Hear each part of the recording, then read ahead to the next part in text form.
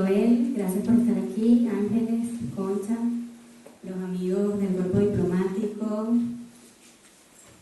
también de la solidaridad, del mundo académico, del mundo de los periodistas, a todos los que nos acompañan esta noche.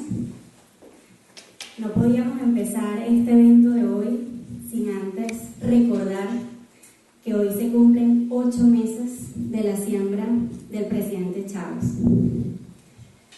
Hoy, precisamente en un momento muy intenso en el que estamos casi a un mes de las elecciones municipales que van a ser el 8 de diciembre, una elección más de las 18 que se han hecho en el país desde que el presidente Chávez fue electo por primera vez en 1998.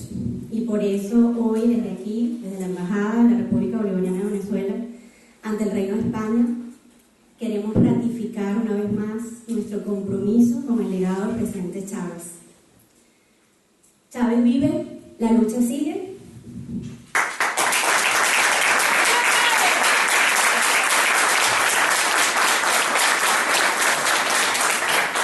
Y bueno, con esta necesaria introducción le cedo la palabra a nuestros queridos ponentes. Gracias. Bueno, buenas tardes a todos y bienvenidos a este Centro Cultural de la Diversidad Venezolana, que ya se está convirtiendo un poco en el centro de todos los que apoyamos al gobierno bolivariano y a todos los procesos revolucionarios y transformadores en América Latina.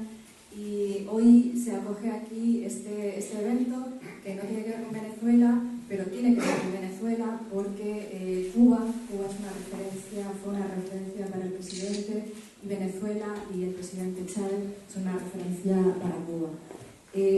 Yo simplemente voy a actuar de moderadora, hoy me toca ese papel. Voy a daros un poco las claves de cómo va a funcionar este acto, esta conferencia y esta presentación del libro de Iroel. Voy a hacer una pequeña presentación de Concha. Concha Mateos se encargará de presentar a su vez a Iroel Sánchez, y hablar un poco del libro Sospechas y Disidencias que nos convoca aquí a todos esta tarde. Y después Iroel hará una intervención de unos 20 minutos con la intención de que haya espacio para preguntas, para debate, para un coloquio. Concha y yo misma trataremos de hacerle preguntas, de discutir sobre la realidad de la blogosfera cubana, no solo sobre el libro, sino sobre la realidad que está viviendo ahora Cuba. Y, por supuesto, ustedes tienen la posibilidad de hacer por escrito toda una serie de preguntas que recogeremos desde la mesa y se las haremos a Iroel para que pueda contestarlas. Esa va a ser un poco la dinámica del acto. Esperamos acabar entre las 9 y las 9:30. Bueno, sin más dilación, paso a presentar a Concha Mateos. Concha, aparte de ser una buena amiga y una compañera de militancia y de luchas, es doctora en Ciencias de la Información y profesora de Periodismo en la Universidad Rey Juan Carlos de Madrid. Pero su incorporación a la vida académica es relativamente reciente, como ella misma me decía, que ella viene del periodismo, ella viene del trabajo profesional, esa ha sido su ocupación durante más de 10 años, ha trabajado en emisoras de radio, televisión, gabinetes de prensa, ha sido asesora de comunicación de organismos, organizaciones políticas, pero también de ONGs. Ha trabajado en Canarias, en México, ha estado viviendo en Venezuela y trabajando profesionalmente también en Venezuela, conoce muy bien la realidad de ese país. Pero también es guionista, productora de series documentales de investigación científica, tiene un amplio currículum de publicaciones, de artículos académicos en distintas revistas. Yo quisiera destacar que ella ha sido fundadora, ¿no?, de la revista Latina de Comunicación Social, que es una revista de gran presencia en América Latina y que ha sido una plataforma muy importante para comunicólogos, para profesionales de la comunicación y para académicos que desde América Latina han encontrado en esta revista un espacio donde difundir, reflexionar y desde América Latina, ¿no? Y finalmente quisiera resaltar el compromiso político de Concha, su compromiso con los movimientos sociales. Me he encontrado a menudo, nos hemos encontrado en las calles, en las asambleas del 15M, en las manifestaciones por la defensa de la educación pública. Nos hemos encontrado también incluso conspirando para crear plataformas en la universidad que fueran capaces de retener un poco toda esta agresión hacia el mundo universitario y la educación en general en este país. Y yo creo que con estas palabras también que sean un poco no solo de presentación, sino de agradecimiento a Concha por compartir con nosotros este espacio y por hacer la presentación de Joel. Le paso la palabra a Concha. Muchas gracias.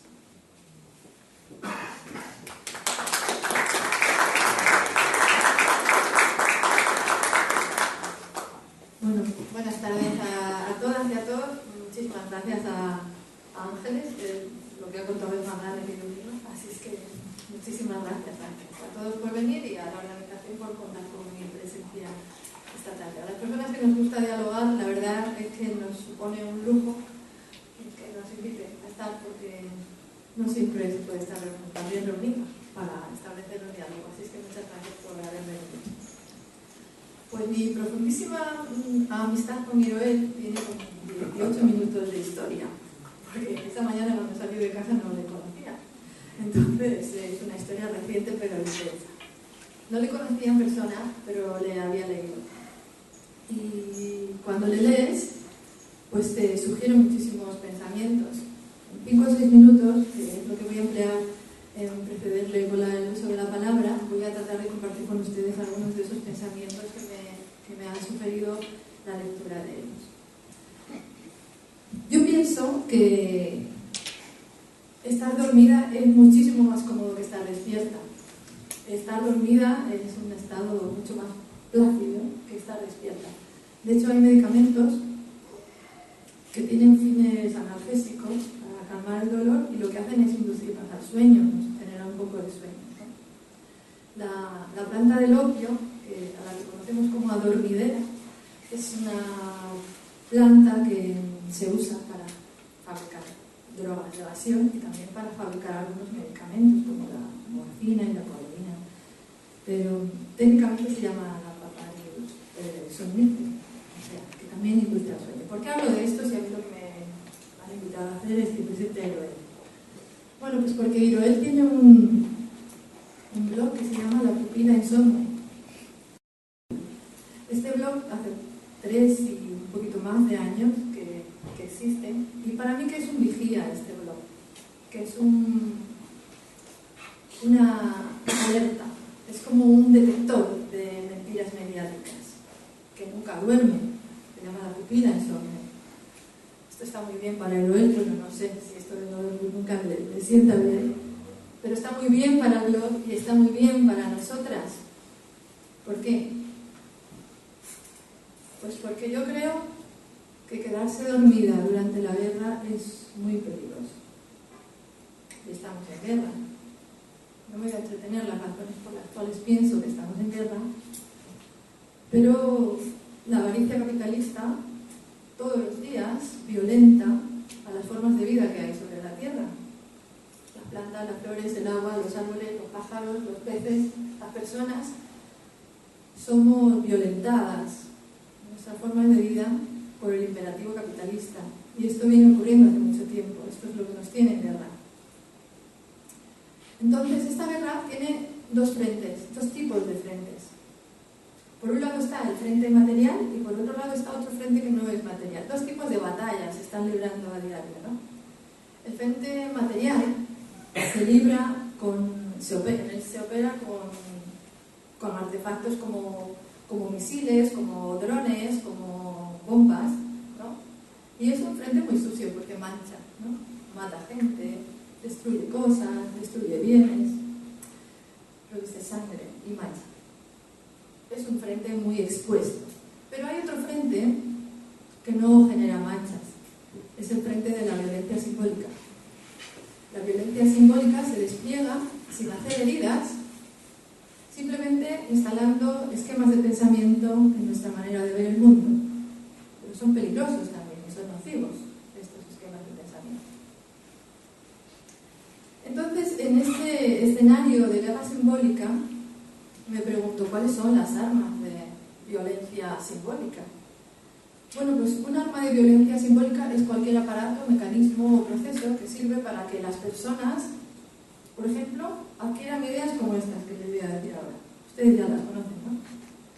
La libertad es poder elegir entre distintas marcas para adquirir un detergente. Esto es un producto de la violencia simbólica, pensar esto. Pensar, por ejemplo, que si todas nos esforzamos en que suba el Producto Nacional Bruto, todas vamos a vivir mejor, también es un producto de la violencia simbólica. También es un producto de la violencia simbólica tener esta idea de que el pluralismo informativo es tener muchas cadenas de televisión privada. Estos son los productos de la violencia simbólica, estas instalaciones mentales, ¿no? ¿Y cuáles son los escuadrones de la violencia simbólica? Pues algunos van de uniforme y otros van de camuflaje, la verdad. No siempre se ve, pero algunos llevan uniforme, por ejemplo, Televisión Martín, ¿no? Por ejemplo, el diario El País. Y hay otros escuadrones de la violencia simbólica que van más de camuflaje. Vamos a hablar un poco a Iroel, porque él es un detector de violencia simbólica que nos la desvela, ¿no? Bien, esos son los dos frentes. ¿Cuál de los dos frentes es el más potente o el más peligroso, el más grande, el que más fuerza tiene? Indudablemente el frente simbólico.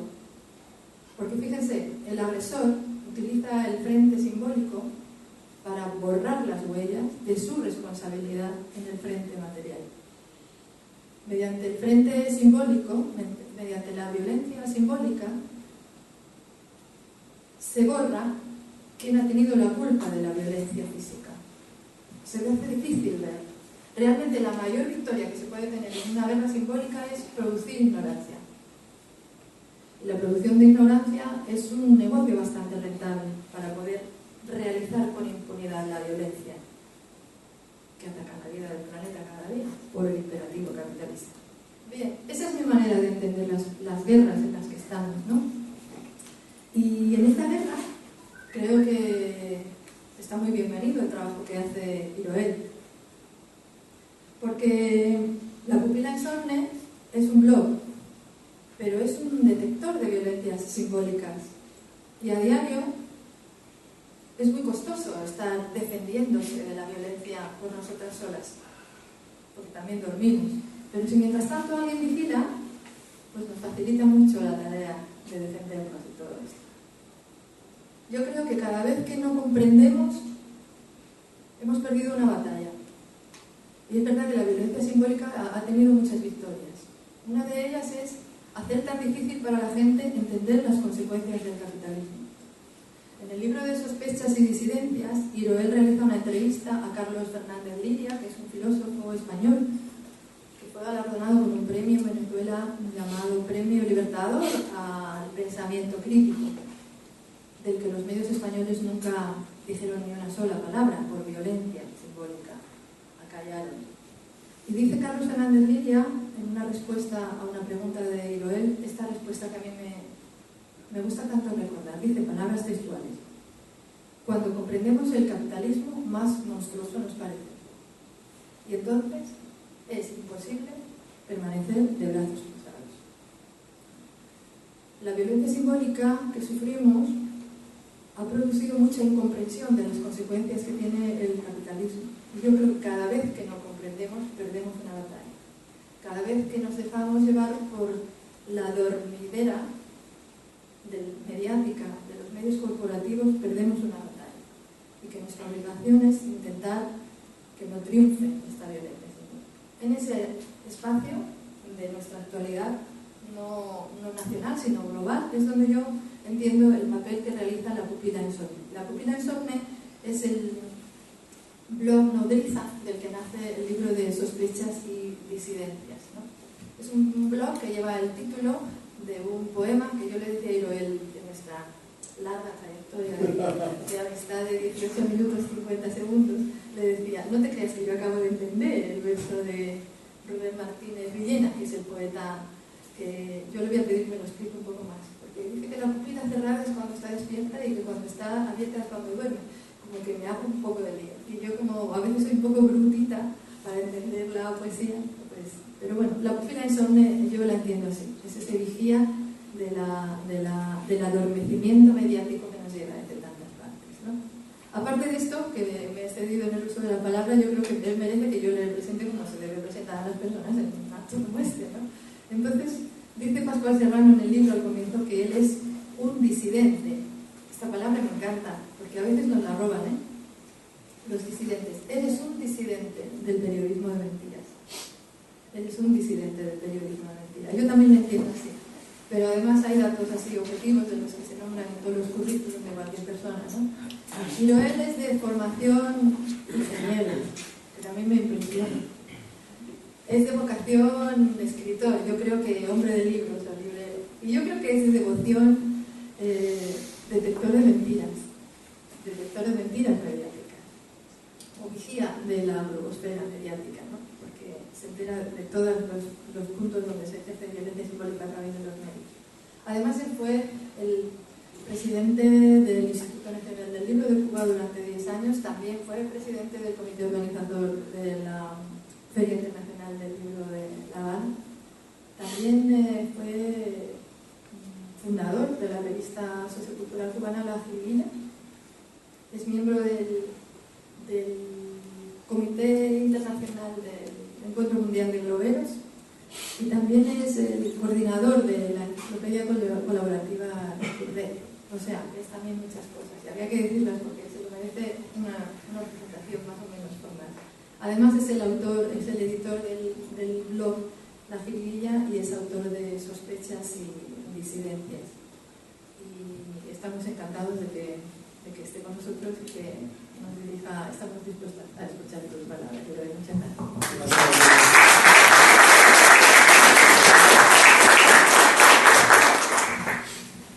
Muy contento de estar aquí compartiendo con tantos amigos en una mesa entre dos compañeras tan inteligentes y presentado por otra compañera como Olivia, ¿no? Quiere decir que avanzamos. Y hablando de que avanzamos, yo quisiera hablar de lo importante y de lo útil y de lo coherente que estemos en un lugar como este y de que exista un lugar como este. Y de lo que significa, Ángel empezaba diciendo que iba convirtiéndose en el lugar, en el centro de todo, ¿no? Cuando hace casi 10 años, yo creo que algunos de los compañeros que estaban aquí, creo que estaba Belén, estaba Constantino, estuvimos en Caracas reunidos con el presidente Chávez. Y el presidente Chávez habló de una contraofensiva ideológica, cultural, y de esa contraofensiva, por ejemplo, nació Telesur, esa idea.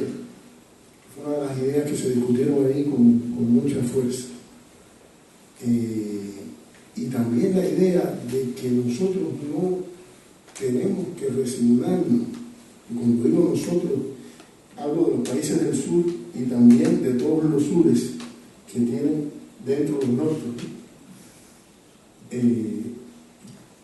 No tenemos por qué resignarnos solo a ser consumidores de las ideologías y de la difusión ideológica que otros hacen, sino que también tenemos que hacer y construir espacios de contraofensiva ideológica. Yo creo que ese es un papel, un concepto como este, en el corazón de la ofensiva ideológica del capitalismo en nuestra lengua, como en esta ciudad y como en este país, y de la industria cultural que junto con Miami controla cómo debemos pensar los que hablamos esta lengua, sobre todo los latinoamericanos, y cómo debemos pensar, cómo debemos actuar y cómo debemos organizarnos y qué tipo de producto cultural debemos consumir. Creo que deberíamos tener lugares como este también en Nueva York, ¿verdad? O en Berlín, Los centros de producción y dominación cultural. Y ojalá un día eso sea, tengamos una articulación, porque es interesante, porque vivimos la experiencia en Cuba, por ejemplo, del Centro Cultural Español de La Habana, que era un portaaviones de Estados Unidos, en el corazón del malecón de La Habana.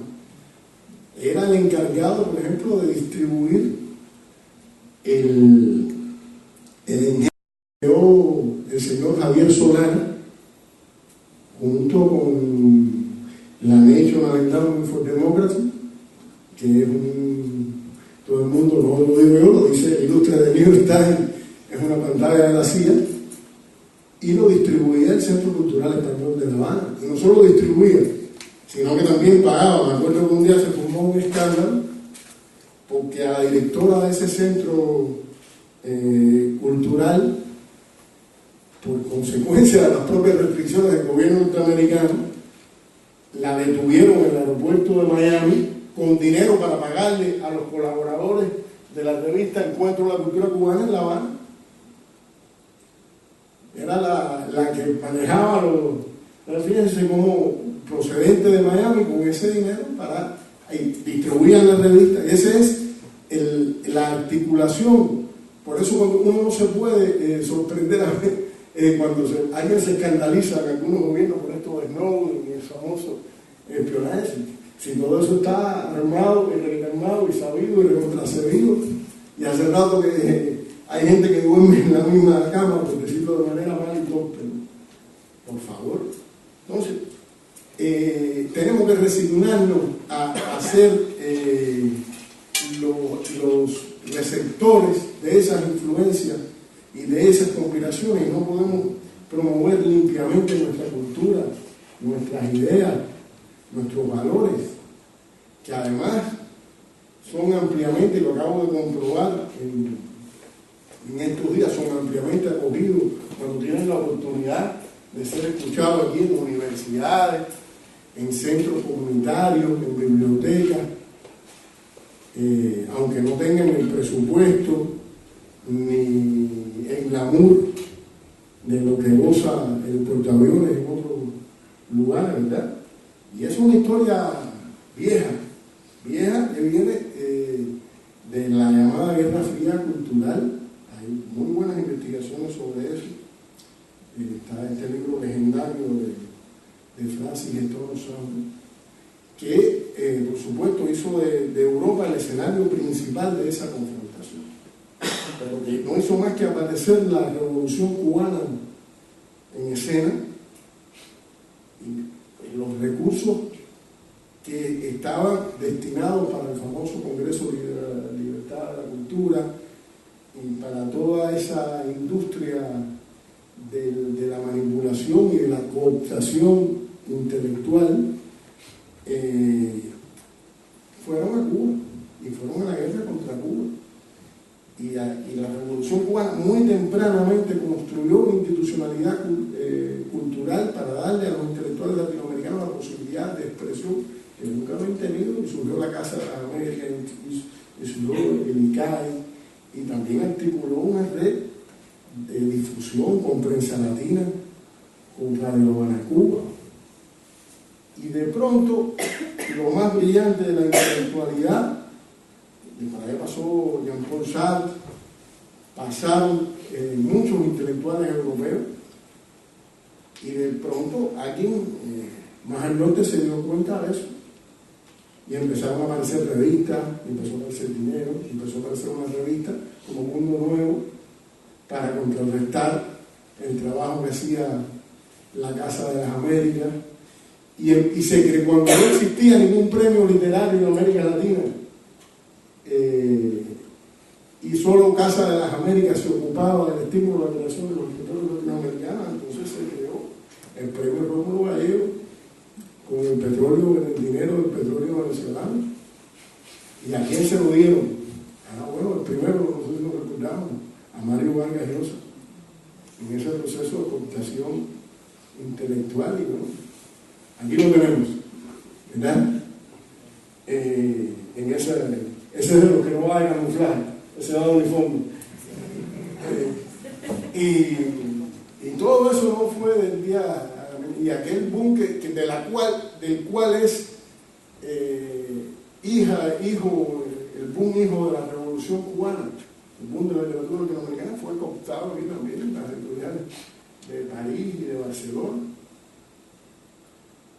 Y hubo gente que se dejó cooptar, y hubo gente que se dejó comprar, aunque empiezan con la misma letra, terminan también con la misma. Y así ha sido. Cuando Cuba creó un festival para el cine latinoamericano y para promover de lo que no se ocupaba nadie, después Hollywood empezó a atender el cine latinoamericano y a ocuparse de los cineastas latinoamericanos y a optar también el cine latinoamericano. Y así tenemos también.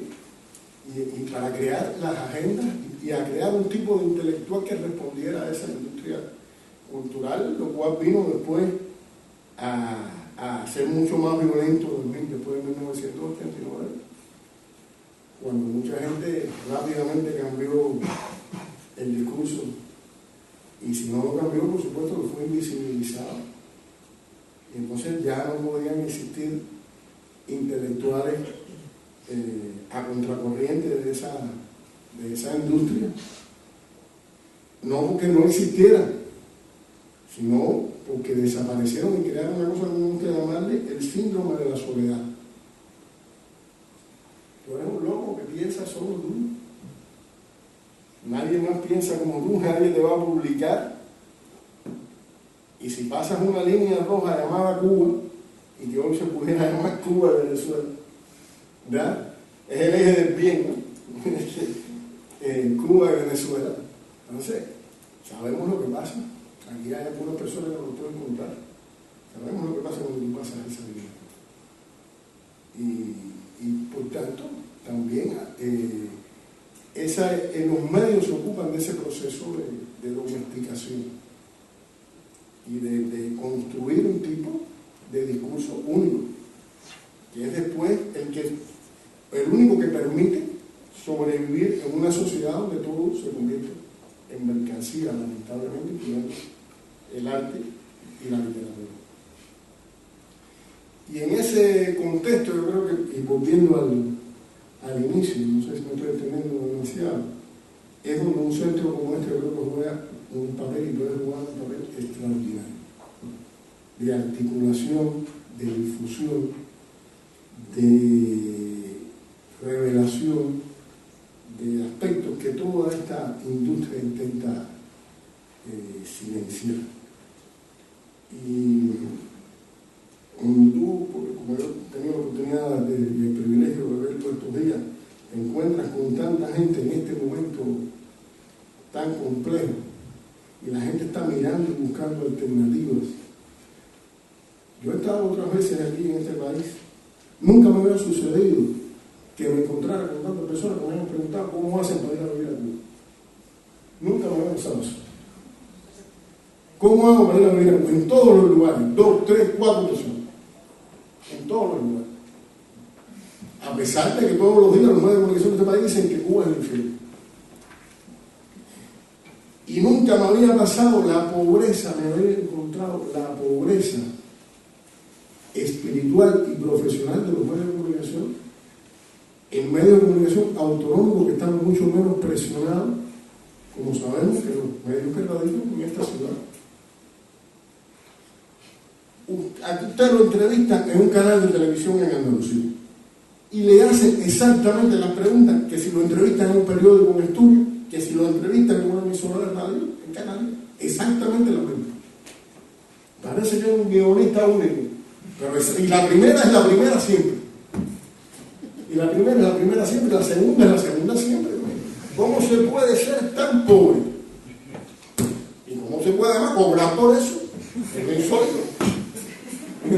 ¿Cómo se puede ser tan mediocre? Y cómo además puede haber personas que sigan encendiendo el televisor y leyendo eso diario. Y peor, creyendo lo que ahí se dice. Entonces, es realmente impresionante. Impresionante. Y yo creo que por eso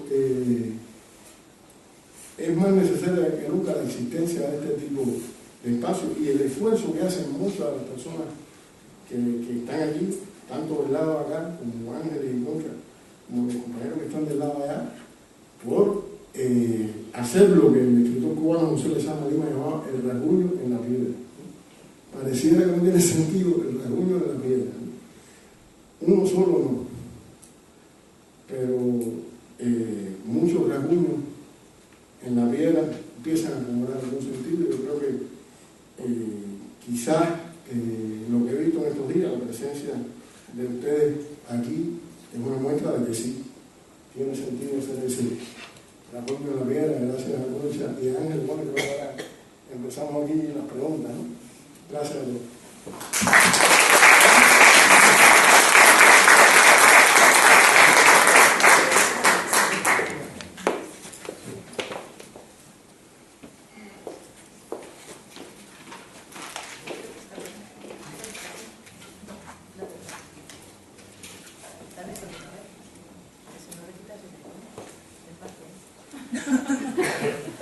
Yo sabía que no iba a funcionar en algún momento. Tu mano.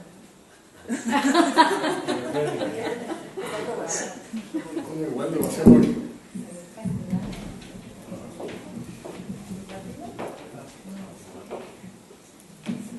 Eso es lo que pasa con la tecnología. En cualquier momento te puede dar el disgusto de no funcionar. Bueno, yo creo que cuando nos organizamos. Mientras llegan las preguntas que vais a hacer, bueno, pues yo he traído algunas cuestiones que me gustaría que Iroel desarrollara, ¿no? Tiene que ver sobre todo con algo que se utiliza como forma también de propaganda, como esa violencia simbólica que se ejerce en relación a Cuba, ¿no? Hacia allá y hacia acá, ¿no? Seguramente te habrán preguntado todos estos días qué pasa con Internet en Cuba. Si todo el mundo tiene acceso, si no tiene acceso... Esa es la tercera, ¿no? Bien, te vamos a pagar así. No. Entonces, para evitar el volver a repetir esa pregunta que te habrán hecho de todos los medios canallas, yo creo que estaría bien que nos hablaras de cómo es la blogosfera cubana. Es decir, hay una blogosfera cubana, hay jóvenes y no tan jóvenes que están utilizando estas nuevas tecnologías y la están utilizando de otra forma diferente a como se utiliza aquí. A mí me gustaría saber, primero, cómo es esa blogosfera y en qué se diferencia de lo que son las redes sociales y la blogosfera en el capitalismo.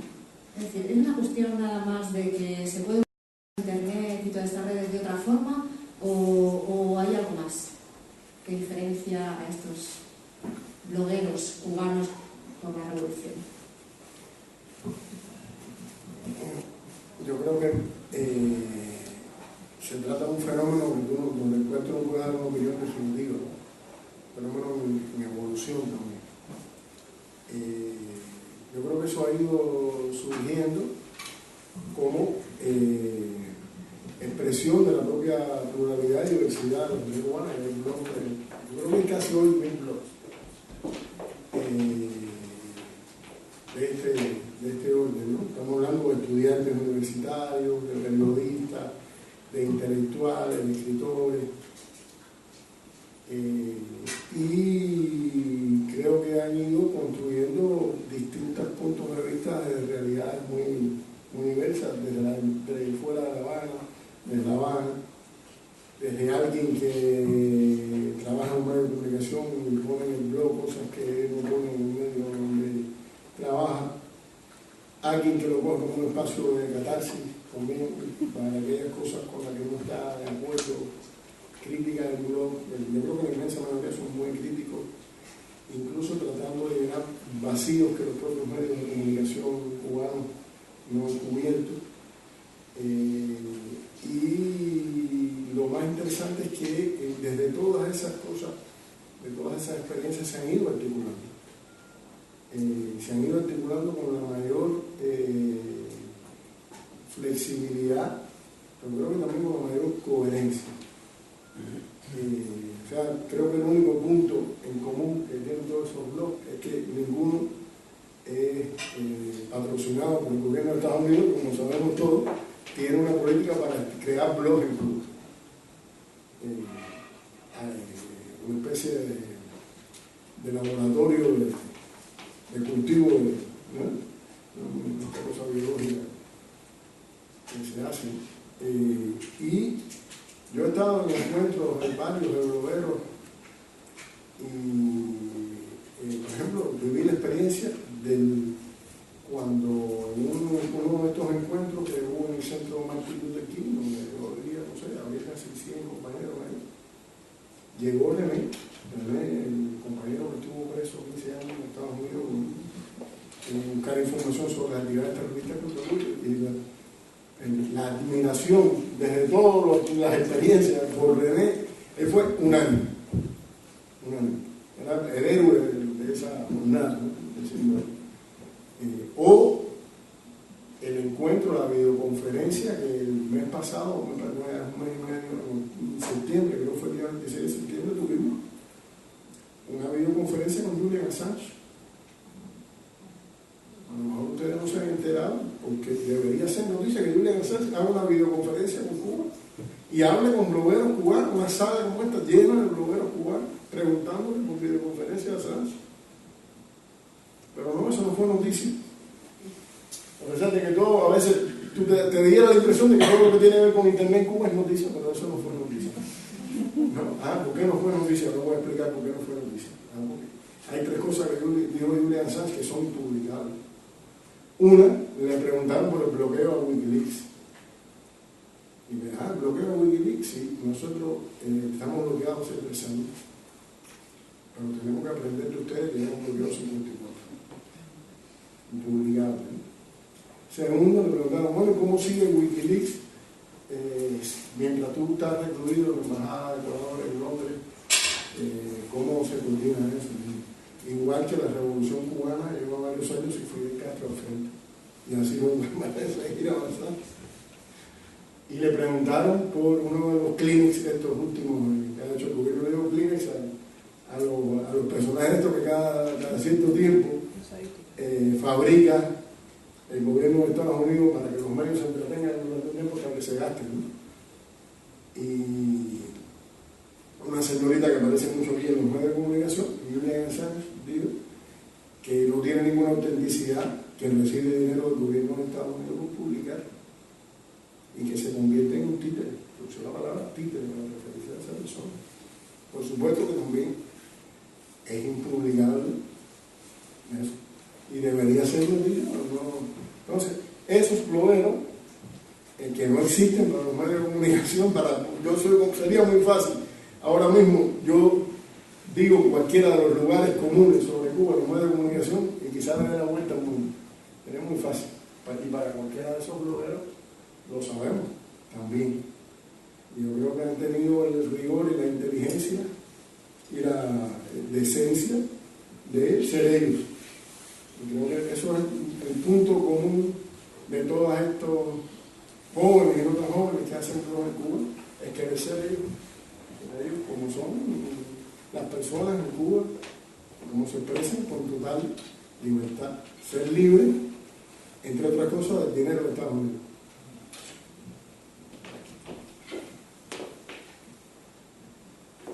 Bueno, no os animáis a preguntarle a Joel. Por ahí hay unas hojas de papel donde podéis escribir las preguntas. Vamos a irlas recogiendo y mientras tanto, mientras van llegando, pues yo tengo aquí una batería también de preguntas y alguna me gustaría que fuera un poco a hacer de abogado del diablo también para dar la oportunidad a Joel de que nos suministre instrumentos, ¿no? de confrontación, ¿no? con toda esta violencia que nos rodea, ¿no? A mí me gustaría saber tu opinión sobre qué es Internet para los cubanos. Si no se corre el riesgo de que sea un objeto de consumo más, si es un bien básico, si puede llegar a ser una fuente de negocio también. Es decir, Internet, lo que es la red, tiene muchas potencialidades, muchas posibilidades, parte de lo que estabas contando, ¿no? Para todos estos jóvenes, con una forma de expresión, pero al fin y al cabo es algo individual. Es decir, uno se aproxima a Internet y a la red desde la posición de individuo, ¿no? ¿Tú qué crees que es ahora Internet para estos jóvenes cubanos? ¿Puede llegar a ser otra cosa distinta de la que es Internet para los jóvenes de aquí? Bueno, creo que Internet es una extensión de la sociedad en cada lugar, ¿no? Y creo que así también lo es en Cuba. Para muchos cubanos, la mayoría de Internet es todavía algo de lo que deben hablar, no algo tangible con lo que conviven, como es en la mayoría del mundo. O sea, estamos hablando de que hay 7.000 millones de personas en el mundo y 2.000, un poquito más de 2.000 tienen acceso a Internet, ¿no? Eso visto desde Europa puede parecer poco creíble, pero es el mundo que vivimos, aunque tampoco se diga. Y en Cuba, como parte de ese mundo, yo creo que los que tienen acceso a Internet no son todos, yo diría que incluso es una minoría. Pero bueno, es la minoría de Cuba que participa de otros espacios, que tiene acceso a Internet porque es estudiante universitario, porque es profesor universitario, porque es médico, ¿verdad? Y accede desde la institución de salud donde trabaja, o porque es un científico o es un profesional de la comunicación y accede a un Internet lenta, donde para ver un video tiene que empezar hoy y terminarlo de ver quizá mañana. Y en esa realidad yo creo que tiene la ventaja de colectivizar el uso de ese medio. Ya te ha pasado, ahora viendo tu pregunta, volví atrás a la respuesta anterior y me daba cuenta de la tendencia que tenemos los cubanos a colectivizar las cosas. O sea, esta idea de surgir espacios de asociación, como hemos hablado, los blogueros y los responsables de la revolución, Blogosfera Cuba, enseguida a buscar asociación, buscar crear colectivos. O sea, no hay, o sea, la gente no ha visto eso como una solución individual, enseguida ha visto de crear una revista. Una de las cosas de este encuentro de la idea se discutió mucho de crear una revista de blogueros. La gente busca enseguida soluciones colectivas. Y yo creo que tiene que ver con el tipo de sociedad que es Cuba. Eso no quiere decir también, o sea, ahora se abrieron estos espacios comerciales en Internet, muy caros todavía, donde alguien puede ir individualmente y pagar y conectarse, pero ese no es, yo te diría, el grueso de las personas que hoy usan Internet. El grueso de las personas son las que utilizan de una universidad, estos centros que te decía, sociales, comunitarios. Pero es interesante cómo la educación, que creo que tiene que ver con el tipo de sociedad que es Cuba, que enseguida la gente busca aproximaciones desde el colectivo y discutir contradicciones y discutir problemas desde aproximaciones colectivas, con una gran diversidad de enfoques, pero todas las problemáticas y toda la historia breve de todo este proceso, me doy cuenta que han tenido siempre respuestas colectivas, han surgido agrupaciones de distintos tipos. No es esa idea de aislarse, sino al revés, de buscar espacios colectivos y también de constantemente, o sea, yo digo que a muchos de estos colectivos no hay quien nos siga, porque un día están en la Sierra Maestra subiendo el Pico Tuquino, que es la elevación más alta de Cuba, después están haciendo un encuentro en Playa Girón, después están haciendo otra cosa en La Habana, y es un nivel de actividad, pero siempre con la característica esta de que es socializador, no es aislacionista, no sé si es la palabra correcta, ¿no? Creo que tiene que ver con el uso de estas herramientas.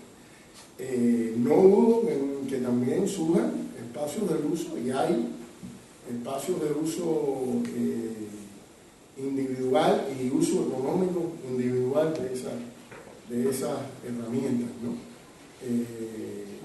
En la misma medida que se amplíe la posibilidad del acceso comercial a la red. Pero yo te diría que por la propia estructura social de Cuba, porque predomina no, absolutamente, no que predomina, que es absolutamente la educación pública con acceso universal, porque predomina la ciencia como servicio público, como servicio de solución de necesidades sociales,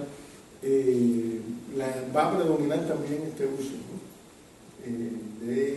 Y bueno, uno de esos proyectos, por ejemplo, es EcoRed también, ¿no? En lo que yo trabajo, del uso social y colectivo y cultural, enriquecedor culturalmente de esta tecnología, en un proceso que no deja de tener contradicciones, ¿no? Yo creo que también están presentes ahí todos estos procesos culturales. Por Cuba pasan casi 3 millones de turistas al año, ¿no? Que tienen otra visión, y todo eso contamina también el país. Pero creo que y deberíamos aspirar a que ese espacio sea un espacio de participación, de enriquecimiento de nuestra democracia, de nuestra estructura social. Yo un día en una discusión decía, bueno, ¿qué cosa sería un delegado del Poder Popular como un correo electrónico? ¿Qué nivel de actividad pudiera desarrollar? Todo el mundo sabe que un delegado del Poder Popular más o menos, ¿no? ¿Qué nivel de actividad, de efectividad de su gestión pudiera, si las organizaciones de masa en Cuba un día pudieran cada una tener una red social propia, en decirle eso? O sea, yo creo que tenemos el hecho, una cosa son los aparatos, los artefactos, y otra es la manera de usar esos artefactos y esos aparatos, porque yo creo que tenemos que pasarlo por nuestra realidad, por nuestra manera, por nuestra cultura, en el sentido más amplio también por nuestra cultura política.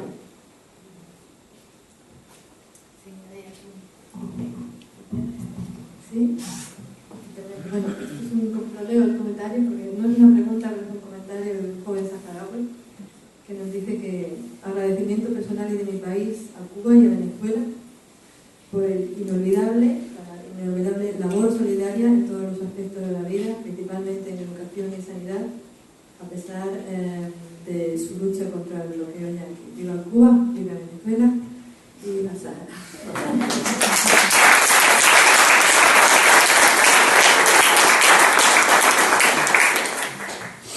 Yo quisiera que nos hablaras un poco más también de la pupila. No sé si hay alguna pregunta o alguna intervención del público de la pupila insomne, porque la pupila es como, para mí es como un nodo, un punto donde uno conecta con el pensamiento libertario y revolucionario de muchas figuras, desde autores teatrales, literatos, o figuras históricas, o filósofos, o sociólogos, o sea, tú recoges puntos de vista de diversos perfiles, pero siempre tienen en común esto de puntos de vista críticos, ¿no? Y eso es bonito, pero tú emites ahí, pero tú también recibes respuestas. Yo creo que lo interesante de un blog, que se diferencia, por ejemplo, de televisión española, es que diálogo, no bombardeo unidireccional, ¿no? Entonces tú recibes comunicación de mucha gente. Cuéntanos un poco cómo son los que dialogan contigo, desde dónde te escriben, qué quieren y hasta qué punto dirigen también tu conversación con el público, porque de eso se trata, ¿no? No de que existan puntos que emiten información, sino... Y otra segunda cosa, aunque te interrumpa, para no molestar. No, es que me acordé de una cosa, lo más divertido. Los blogueros, ¿hasta qué punto crees tú que tienen influencia en el debate público? Modifican la agenda política. ¿Hasta qué punto podemos pensar en Cuba y fuera de Cuba?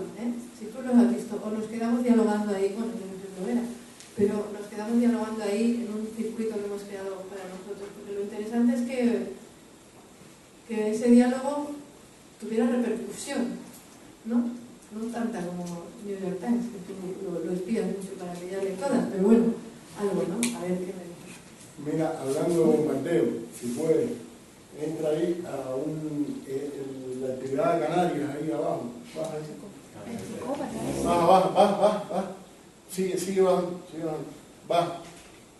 Ahí está la música, baja. Pincha los comentarios ahí, baja. Ahí donde dice comentar, 3 comentarios, pincha ahí. 3 comentarios. Aquí, a la derecha de nosotros.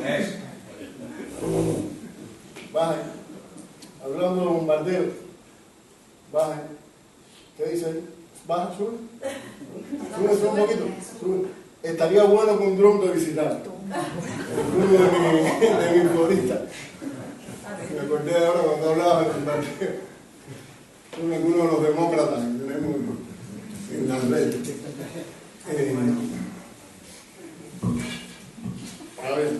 Bueno, primero que todo, yo creo bueno, yo hice el blog realmente porque yo llevo mucho tiempo, quizás desde que empecé a acceder a la información por distintas vías, también acumulando como inconformidad con la manera en que Cuba es vista, ¿no? Y siempre cuando empecé a trabajar en el mundo editorial, traté de publicar libros de otros compañeros relacionados con ese tema.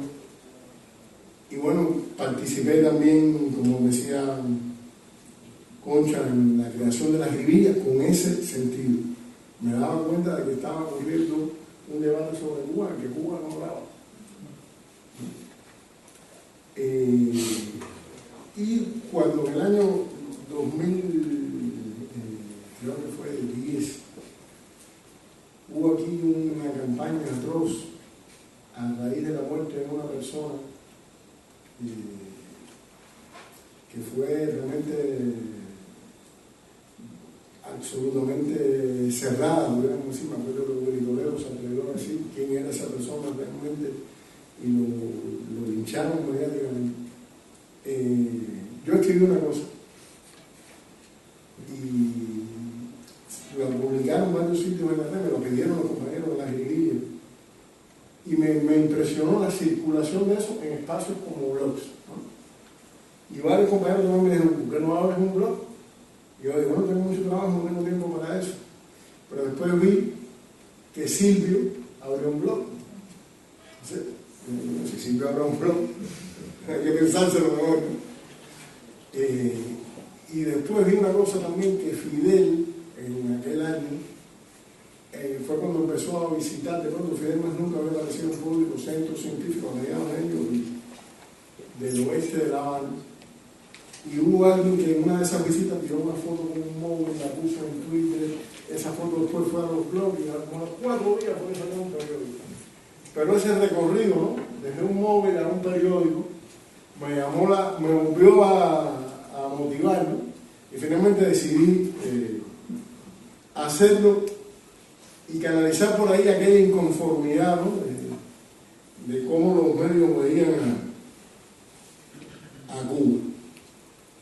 Y lo empecé en una etapa en que estaba de vacaciones, o sea, aproveché que estaba un periodo largo de vacaciones, como 20 días,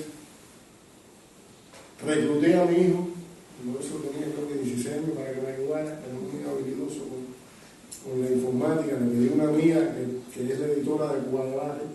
Cuba Debate se hace con WordPress, en la plataforma que está hace el blog, y le pedí que me lo entrenara a él, ¿no? Y fue así como él me fue involucrando, me ayudó mucho. Esa foto de arriba del cabezal del blog es la foto de la ventana del cuarto de Rubén, que asignaba a mi hijo.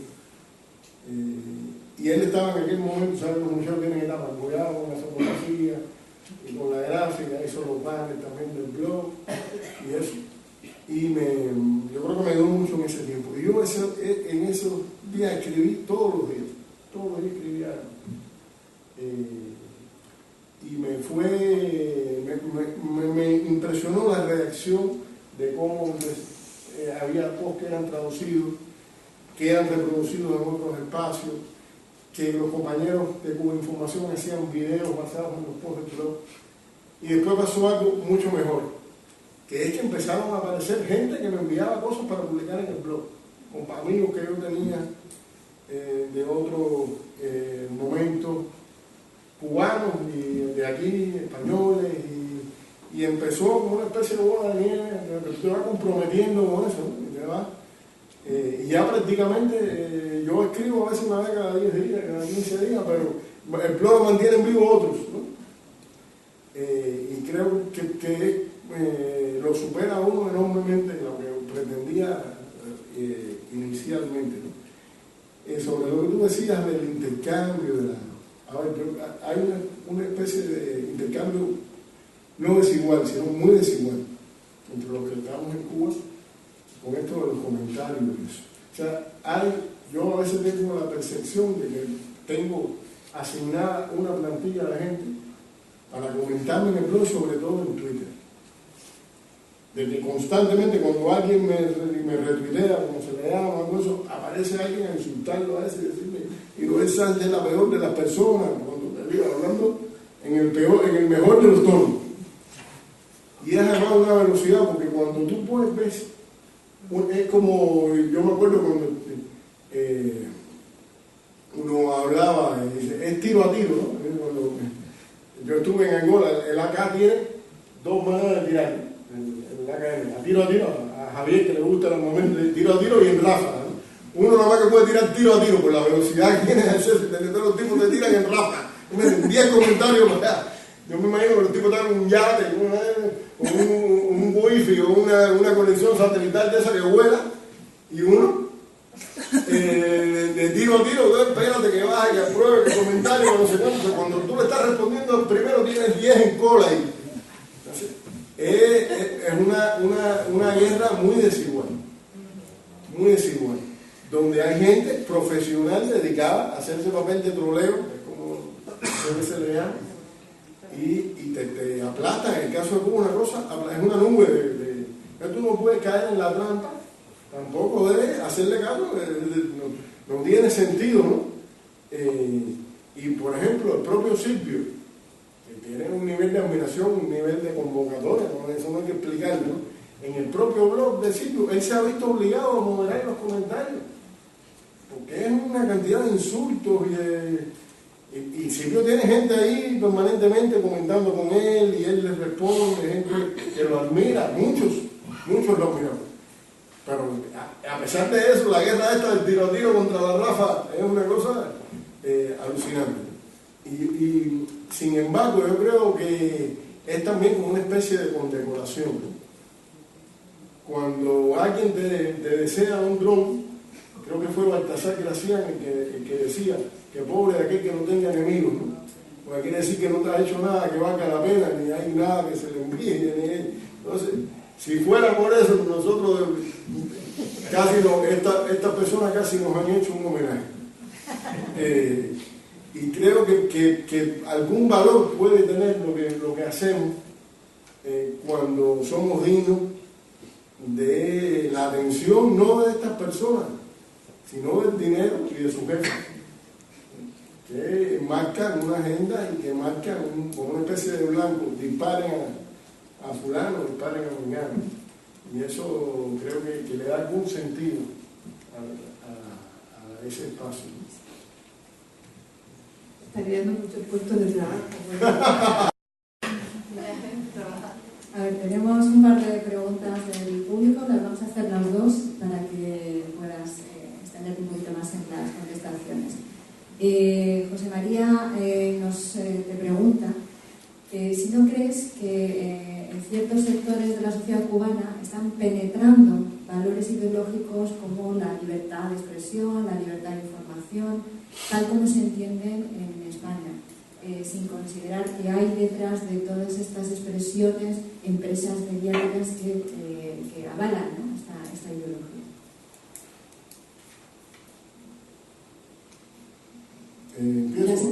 La segunda pregunta. Hay otra pregunta en relación a que hay otros medios de colectivización y debate, periódicos, radios locales, ¿existen o están articulados de algún modo con los blogueros en Cuba? ¿Existen estos espacios también de información o de difusión? ¿Y qué espacio real en la vida social y política tiene la comunicación popular? Mira, yo olvidé algo de lo que tú preguntabas, qué repercusión tiene en el gobierno y de verdad si eso puede tener alguna influencia. Lo olvidé. Hay algunos, yo creo que en Cuba, Carlos Fernández Lidia, creo que era tú que hablaba de él, escribió un libro muy interesante, que llama A quien corresponda, sobre Cuba, la ilustración y el terrorismo y el socialismo, el que está libre, colgado en la red, donde habla de que Cuba la repercusión que puede tener cualquier información es mucho mayor que en cualquier lugar. Las cosas, aquí un periódico, creo que lo dice cualquier cosa y eso se va por la alcantarilla, pero en Cuba eso tiene realmente y ha habido varios casos de conflictos, de contradicciones con blogueros que han tenido una repercusión en políticas y creo que las instituciones cubanas, los medios de comunicación cubanos, han ido aprendiendo y tienen que aprender a relacionarse con este tipo de casos, como una expresión también de nuestra institucionalidad y de nuestra democracia. Te hago doble lado. Uno, una muchacha saliendo de este encuentro globero que yo relataba, una muchacha tuvo un incidente de corrupción en el bus que la llevaba, el bus se dice aquí, ¿no?, de regreso a su provincia, y lo denunció en su blog, y Granma republicó el post. Una bomba, de pronto caen 600.000 ejemplares, una experiencia personal, pero era una denuncia que engloba el funcionamiento de un sistema, no de un ómnibus, no de una anécdota, sino de que esas cosas ocurren con demasiada frecuencia, ¿no? Y yo creo que eso es de una enorme utilidad y debería ocurrir con más. A mí también me pasó con trabajo de un compañero sobre cómo otorgaba las visas a la sección de intereses de Estados Unidos. Ya no es un tema interno, es un tema que tiene que ver con la política del país. Granma también lo retomó. Y hubo una respuesta, porque no es lo mismo que lo ponga en un blog, que lo ponga en el oficial del Partido Comunista. Hubo una respuesta a la sección de intereses de Estados Unidos, diciendo que no, que eso no era así, que ellos sí daban las visas, que no sé cuánto. Pero no sé, y asombrosamente, como al mes o a las 3 o 4 semanas, sacaron una cosa que a mi juicio fue una especie de curita de mercurio cromo, no sé si aquí se dice mercurio cromo, que Estados Unidos anunció el otorgamiento, lo que hacía a otros países, de las visas múltiples a los cubanos.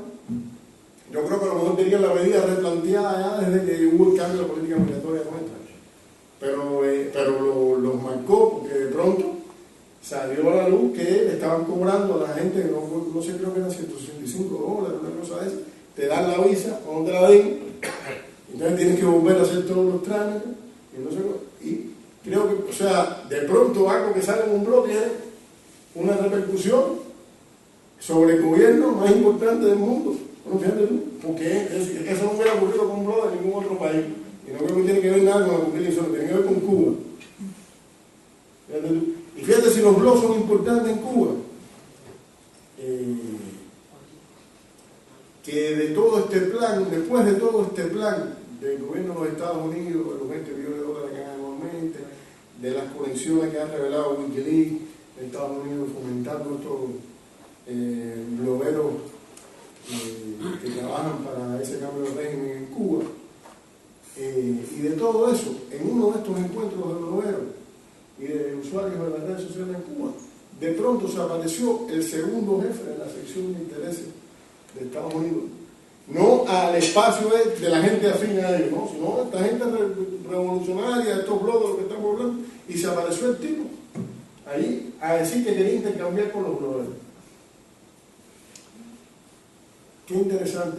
Y después, el día que se hizo la campaña esta de las cintas amarillas por los 5, el hombre invitó a estos blogueros, nos invitó a nosotros a ir a la sección de intereses de Estados Unidos a conversar. ¿Qué quiere decir eso?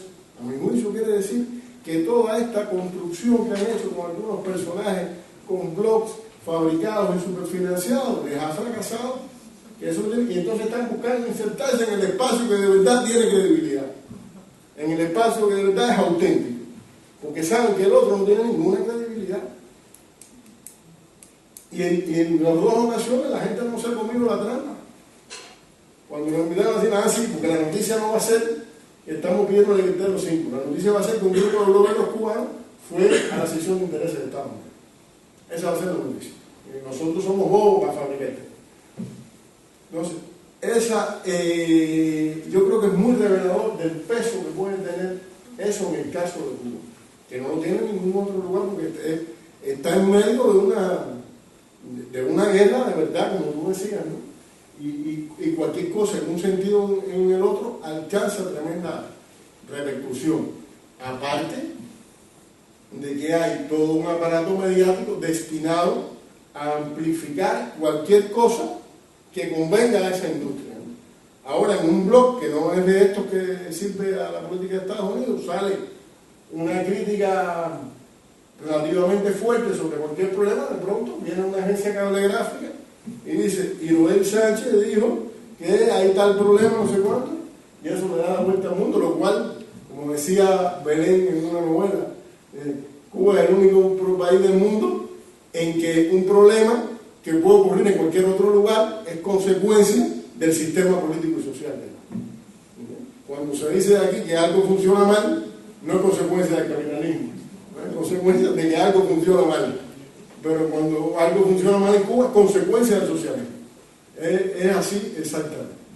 Y yo hoy leía en la contratapa del País, cuando venía en el avión desde Canarias, un artículo de la señora Rosa Montero, que hablaba, no sé si alguno de ustedes lo leyó, de cómo en el Sahara saltaban las verjas estas llenas de alambre con cuchillas, una cosa terrible, como en una sociedad donde los implantes estos que se habían puesto algunas mujeres eran corruptos o le habían hecho daño a la salud, pero no dice por qué pasa eso. ¿Cuál es el sistema que provoca eso? Esas dos cosas terribles, no dice por qué eso sucede. ¿Qué pasa? ¿Qué funciona mal que eso sucede? Eso es que lo de los implantes, lo dijeron que era silicona industrial. No, sí, pero ¿por qué? ¿Pero qué indujo? ¿Qué indujo a que las mujeres busquen ese modelo artificial? ¿Qué indujo? ¿Qué sistema provocó eso? ¿Cuál es el sistema? No, pero si hubiera sido en Cuba, el castrismo, la dictadura y el régimen cubano, es el que provocó. Ustedes saben el cuento de cuando el Papa fue a La Habana. Fue a La Habana y se le cayó el solideo, se llama. No saben, nunca le han hecho ese cuento. El Papa iba por el malecón y Fidel iba en un carro atrás. El Papa iba en el Papa móvil, iba una ráfaga de viento y el solideo cae en el mar. Se detiene el Papa móvil, se detiene el carro que va a Fidel se baja, cruza el muro del malecón, pasa sobre los arrecifes, camina sobre las aguas, coge el solideo, regresa caminando sobre las aguas, cruza los arrecifes, sube el muro y se lo da al Papa. Al otro día, que dice el Gramma, victoria del socialismo, Fidel camina sobre las aguas. ¿Qué dice el Observatorio Romano? Milagro en La Habana, el Papa hace caminar a Castro sobre las aguas. ¿Y qué dice el inefable diario El País? Fidel está muy mal, ya no puede ni nadar.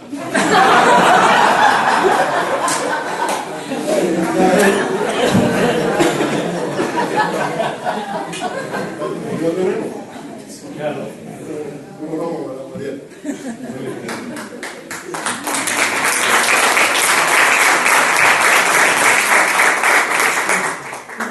Quedan las dos preguntas que te he hecho. Nos quedan 10 minutos para empezar el acto. ¿Verdad que sí? Que no contesté tus preguntas, ¿verdad? Ustedes me tienen que ayudar. Yo creo que sí, que fruto de las contradicciones del largo periodo después de lo que nosotros llamamos el periodo especial y todo lo que provocó el fin de las relaciones de Cuba económicas, el 35% de la aparición del comercio exterior, ha habido, y creo que eso es cada vez más debatido en la sociedad cubana, un retroceso en algunos valores. Creo que ha habido una solución de determinadas soluciones individuales por encima de las soluciones colectivas que deben predominar en una sociedad como la nuestra. Y creo que hoy acaba de haber en Cuba un congreso de jóvenes escritores y artistas, donde por lo que he leído no estaba ahí cuando eso fue un debate alrededor de esto precisamente. Y yo creo que es un reto para que perdure el proyecto revolucionario en Cuba, que nosotros tengamos un enfrentamiento a eso, sobre todo en el orden cultural, en el orden de las ideas, en el orden de la educación, en circunstancias totalmente distintas y mucho más complejas. A la vez, yo creo que como nunca los vientos del mundo soplan a nuestro favor y a favor de lo que hemos defendido, ¿no? Esto, por ejemplo, que con la nueva política migratoria la gente pueda salir y ver y comprobar. Es interesante, yo leí el otro día en España, en Asturias, que las familias ahí que tienen cubanos están enviando a sus hijos de regreso a Cuba para comprar aquí los libros y la alimentación. ¿Cuáles son los valores que eso te dice y te refleja? Y yo creo que la sociedad cubana a la vez tiene enormes reservas morales. La reacción de la gente cuando la convocatoria esta de la que hablamos, el día 12 de René, a ponerse la cinta amarilla, la respuesta de la gente fue impresionante. Gente joven, gente muy humilde, los sectores más, desde los cuentapropistas, el que alquila una casa, el que alquila un carro, hasta todo el mundo. Una cosa, nivel de autenticidad impresionante. Y un país donde la gente reacciona de ese modo tiene una reserva moral enorme. Lo que hay que saber moverla. Y lo que hay que saber acudir ahí, saber conjugarla. Yo creo que ahí es donde está el reto en las nuevas condiciones. Y creo que tenemos que renovar los métodos. De eso se ha estado discutiendo mucho en el Congreso de Periodistas que está recientemente. En la propia esta reunión del Congreso de Escritores y Jóvenes Artistas, y creo que es un desafío que tenemos que asumir si queremos que sobreviva todo por lo que hemos luchado. Y la otra pregunta, ¿cuál era? Porque la noté aquí y ahora no entiendo. Sí, si hay otros medios que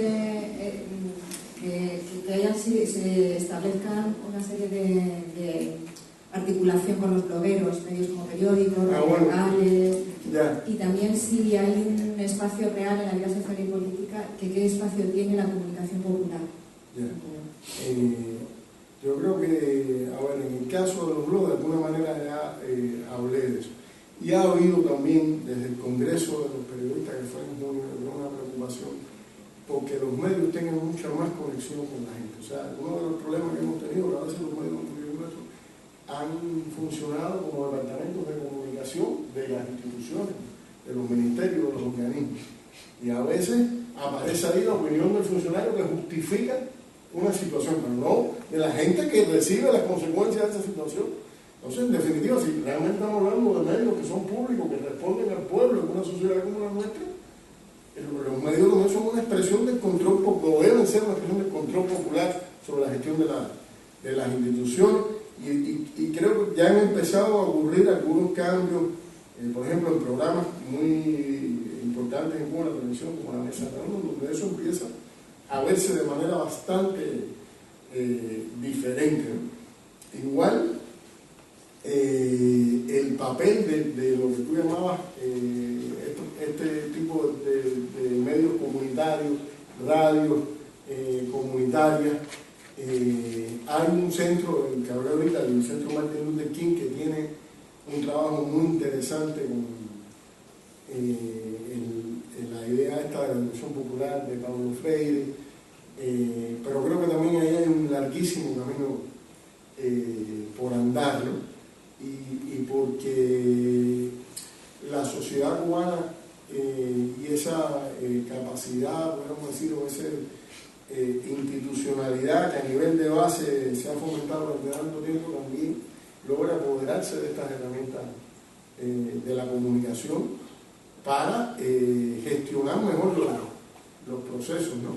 Y enfrentar procesos burocráticos, procesos de corrupción. Yo creo que la manera de luchar contra cualquier arbitrariedad desde la propia potencialidad de las organizaciones sociales, como tiene un entramado social de verdad tremendo, y si todo eso logra tener una expresión en términos de organización comunicacional sería muy saludable, ¿no? Y tienen una fuerza profesional también preparada para eso. Yo creo que en estos momentos se está en un proceso de transformación sobre eso, que yo creo que solo está en la arrancada. Bueno, me había confundido, quedaba una pregunta más y bueno, no sé, sí. Nos da tiempo a hacer las dos preguntas y con ellas cerraríamos. Esta no sé si nos va a llevar mucho tiempo. Tampoco creo que vaya directamente hacia Joel, es un poco hacia todas nosotras, me parece, porque dice un poco más acá de internet. ¿Para cuándo una librería del sur en Madrid para poder leer literatura cubana y bolivariana? Si alguien quiere responderla, porque no sé si Joel es el destinatario, pero bueno, igual es una reflexión, ¿no? Bueno, mi voto también. Los dos pies y los dos manos. Bueno, hay mucho por andar. Aquí también. No, y librería y también de productos del cine, audiovisuales, de la industria cultural del sur. Montamos una casa de cultura venezolana aquí. Todo el camino empieza con un primer paso, dicen los chinos. Está la visión, bien. Respuesta contestada, esa pregunta contestada. Bueno, entonces acabamos con esta otra pregunta que nos hace Zulema, que la hacía Joel. Dice que recientemente han cambiado los directores de Gramma y Juventud Rebelde, que si era un cambio previsto o se ha tratado de actualizar los medios. Bueno, no es el único cambio. Lo primero que cambió fue el decano de la Facultad de Comunicación, que es el autor de una de las ponencias que se discutió en el Congreso de los Periodistas, un periodista joven, Juan Raúl Garcés,